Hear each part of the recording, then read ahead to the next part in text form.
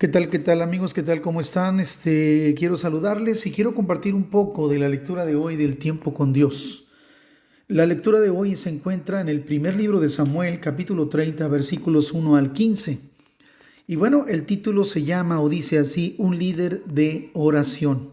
Y podemos ver aquí, siguiendo el desenlace de la historia de David en lo que respecta a lo que está ocurriendo con su vida. Recordemos que David ha cometido un error, ¿verdad? De unirse a los filisteos para cuidar su vida por el temor de que Saúl lo mate.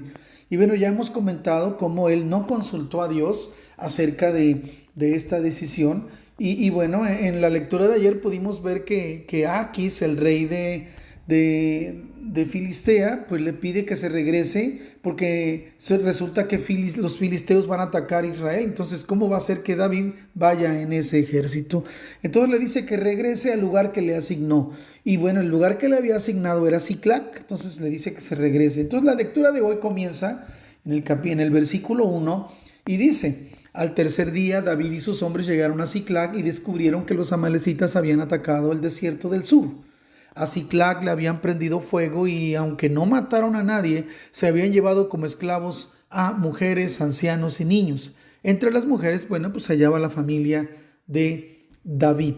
Al ver esto, David y sus hombres se echaron a llorar hasta que ya no tuvieron más fuerzas. Los hombres estuvieron a punto de apedrear a David, pues le echaban la culpa de que los amalecitas se hubieran llevado a sus mujeres y a sus hijos. Sin embargo, David confiaba en que Dios podía ayudarlo, así que se animó y le dijo al sacerdote Abiatar: tráeme tu chaleco sacerdotal, voy a consultar con Dios qué es lo que debo hacer.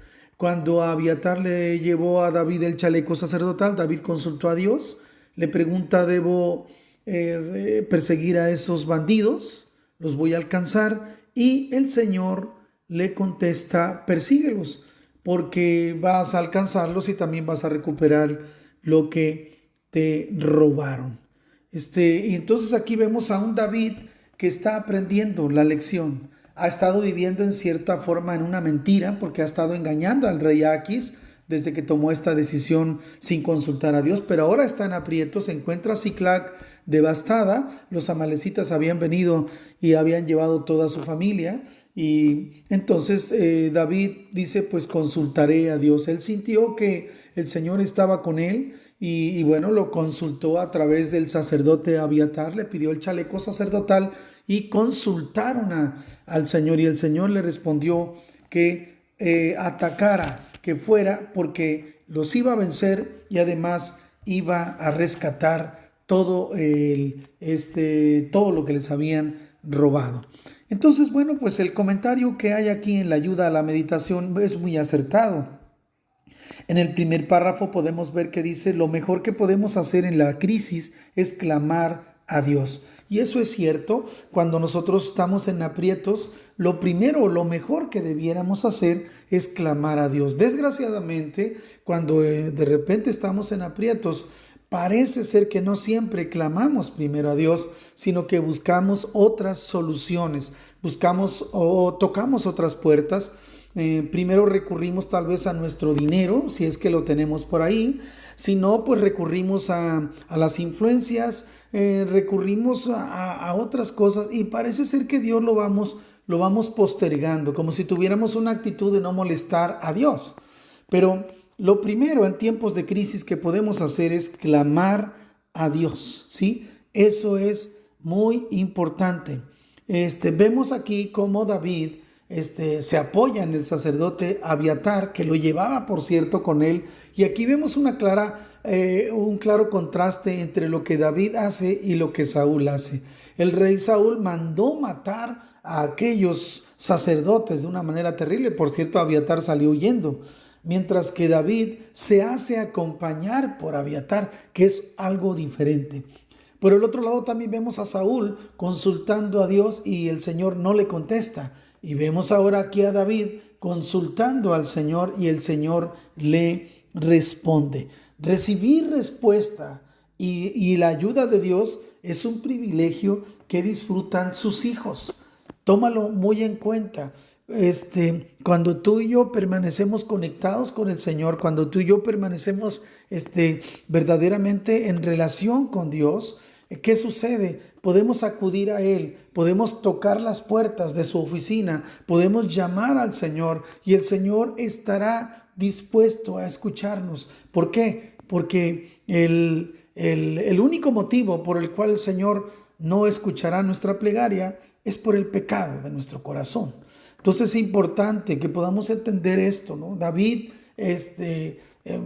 quiero pensar que estaba ya arrepentido de sus actitudes humanas que había tenido y ahora acude al Señor y el Señor le recompensa. Entonces vemos una respuesta maravillosa de parte de Dios. Entonces David decide a ir, puesto que Dios ya le dijo que vaya y que va a recuperar lo que le han robado.